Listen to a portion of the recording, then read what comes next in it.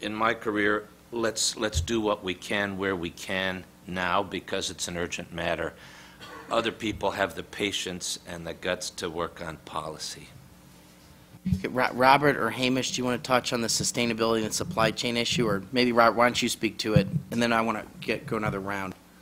The way the foundation addresses sustainability, it's a long-term investment, and as I mentioned, cocoa isn't moving from the countries where it's grown.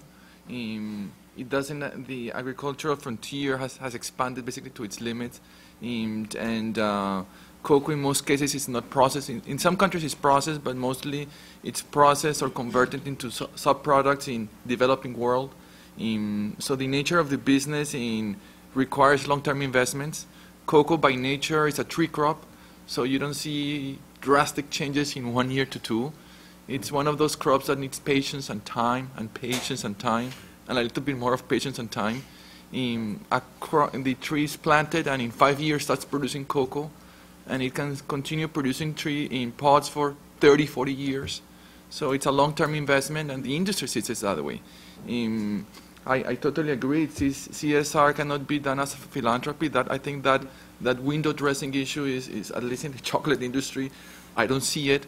This is not philanthropy. This is a business decision by companies looking to keep in the business of producing chocolate, keeping consumers happy for 40, 50 years down the road. So it's a business decision for the long term. Okay, let me, I want to just get some other folks in here. I want to hear from Jerry, Thelma, Deirdre, and Michael. Go. Thanks. Well, I just wanted to connect some dots between some of the excellent points that have been made. Starting with Hamish, if that's okay, the point that you made about this interplay between social investment and tying it back to business goals, and Mike was talking about how it's really not CSR that's driving, it's business decisions.